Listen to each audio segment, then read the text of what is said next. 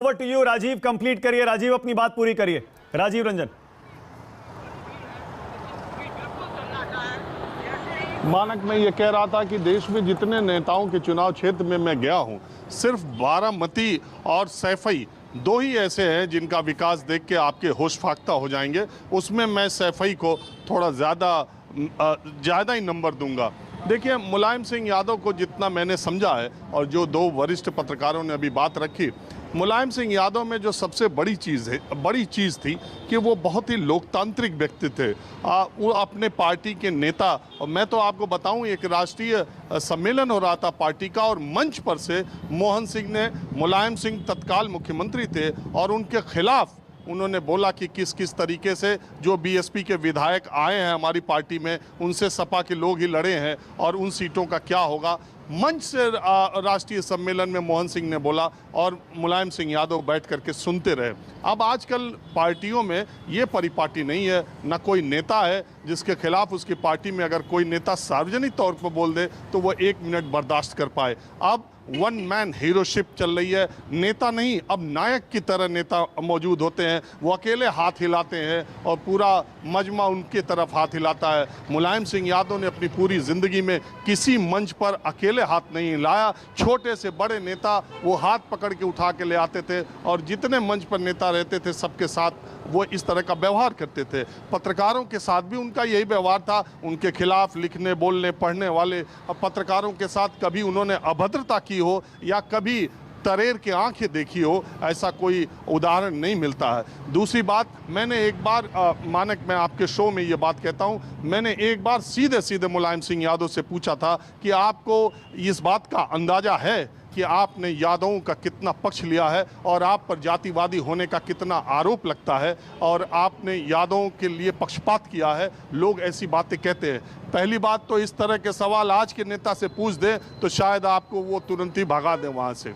लेकिन मुलायम सिंह यादव ने मुझसे कहा कि बात तुम्हारी बिल्कुल ठीक है, लेकिन तुम एक बात बताओ, इतने दिन से तुम हमारी पार्टी देख रहे हो, ये बहुत साल पहले की बात है, अमर सिंह, नरेश अग्रवाल, बेनी प्रसाद वर्मा, आजम खान, जनेश्वर मिश्रा, ब्रिजभूषण तिवारी, ये सारे मेरे जो बड़े नेता हैं, उनका महत्व किसी भी मेरी पार्टी के यादव नेता से ज़्यादा है, ये तुमने देखा है। और मैं इनकी बातें, मोहन सिंह, कपिल देव सिंह, उन्होंने बहुत सारे नाम गिनाए और उन्होंने कहा कि इनका महत्व ज़्यादा है, मैं इनकी बात ज़्यादा मानता हूँ। लेकिन हाँ, मैं यादवों को जोड़ करके रखता हूँ क्योंकि मैं ये मानता हूँ कि भारत की राजनीति में किसी धर्म और जाति के लोगों ने उतना समर्थन नहीं दिया है जितना उत्तर प्रदेश के यादव मेरा समर्थन करते हैं। इसलिए मुझे उनको जोड़ के रखना है। देखिए, मैंने उनसे एक बार ये भी पूछा था कि आप अपराधियों को टिकट देते हैं, अपराधियों को प्रश्रय देते हैं। उन्होंने कहा जीतने वाले को, मुझे एमएलए चाहिए, मुझे सीट चाहिए, मुझे संत नहीं चाहिए। वो सीधे कहते थे, जब मेरे साथ जीता हुआ आदमी आता है तो वो अपराधी हो जाता है, और दूसरी पार्टियों के लोग जो नारा देते हैं चढ़ गुंडों की छाती पर और मुख्तार अंसारी को लोकसभा का टिकट देते हैं, तब उस पार्टी के बारे में आप ऐसी बात नहीं करते हो। बहुत साफ गोई से वो ये बात कहते थे। और मैं एक बात और बताऊं, उनको आज के दौर में निश्चित तौर पर उन्होंने MY समीकरण पर अपनी पूरी राजनीति खड़ी की, लेकिन मुलायम सिंह यादव को नब्ज इतनी वोटों की और जमीन की नब्ज इतनी पता रहती थी। आज का दौर होता, लोग वीडियो बना के वायरल कर देते, ऐसी ऐसी बात वो कहते थे। 2007 में जब मायावती की सरकार बनी मानक, तो हम वो चुनाव हारने के बाद ओखला में यूपी स्टेट का एक गेस्ट हाउस है, वो वहाँ पर आए हुए थे और कुछ हम 2-4 पत्रकारों को पता था तो हम लोग वहाँ पहुँच गए थे। उन्होंने सीधे से हार हो गई थी, वो ठीक है, उन्होंने कहा हार जीत लगी रहती है, मैं सत्ता में कितना ही रहा हूँ, लेकिन एक बात तो तय, इस चुनाव में मुझे एक बात पता चल गया कि मुसलमान पूरे तौर पर मुलायम सिंह के साथ नहीं है। मेरा नाम मुल्ला मुलायम तो रख दिया, लेकिन जब तक मुसलमानों को बीजेपी से थ्रेट नहीं होगा तब तक वो एकजुट होकर कहीं वोट नहीं देंगे। दरअसल उस बार मायावती ने मुसलमानों को टिकट दे दिया था और मायावती की पूर्ण बहुमत की सरकार बन गई थी और वोट स्प्लिट हो गए थे। तब उन्होंने कहा था, तब उन्होंने एकदम सीधे तौर पर कहा था कि ऐसा नहीं है कि वो मेरे साथ है। और अभी इसी चुनाव में 2022 का चुनाव, उसके पहले उनके एक सहयोगी ने मुझसे बड़ी इंपॉर्टेंट बात की। उन्होंने कहा कि मुलायम सिंह को मुल्ला मुलायम का नाम तो दिया गया, लेकिन मुलायम सिंह को मुसलमानों का उतना वोट कभी नहीं मिला जितना अखिलेश यादव को इस बार मिल रहा है।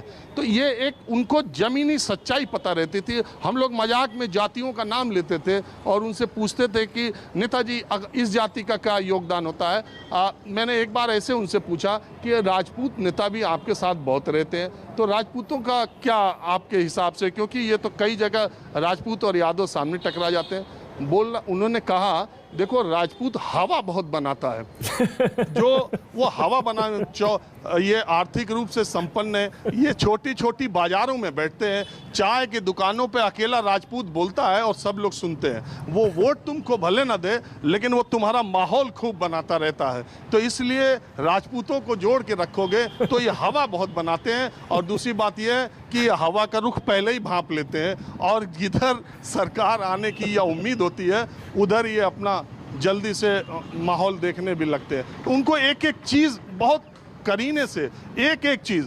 एक बार मोहन सिंह से मैंने पूछा था, मैं आपको बताऊं, बहुत सारे लोग ये मानते हैं कि मुलायम सिंह यादव उत्तर प्रदेश के अकेले नेता हैं जो हेलीकॉप्टर से ही बता देते थे कि अब औरैया ख़त्म हो गया, अब इटावा शुरू हो गया, अब इटावा ख़त्म हो गया, अब मैनपुरी शुरू हो गया, अब मैनपुरी ख़त्म हो गया, अब कन्नौज शुरू हो गया, फिरोज़ाबाद शुरू हो गया, फर्रुखाबाद, अब आजमगढ़ यहाँ ख़त्म हो रहा है, अब देखो गाजीपुर। उनको खेत का, नदी का, तालाब का ऐसा अंदाज़ा था कि वो खेत के हिसाब से, रास्तों के हिसाब से उनको अंदाज़ा लग जाता था कि वो किस जगह पे पहुंचते। एक और मानक बात बताऊं, यह क्या ज़बरदस्त आदमी थे कि अमिताभ बच्चन, एक तरफ तो सदी के महानायक अमिताभ बच्चन, संजय दत्त, जया प्रदा, जया बच्चन, मनोज तिवारी, न जाने कितने बॉलीवुड के एक्टर्स को उन्होंने जोड़ा। राज बब्बर को सबसे पहले बॉलीवुड के लोगों को जोड़ा।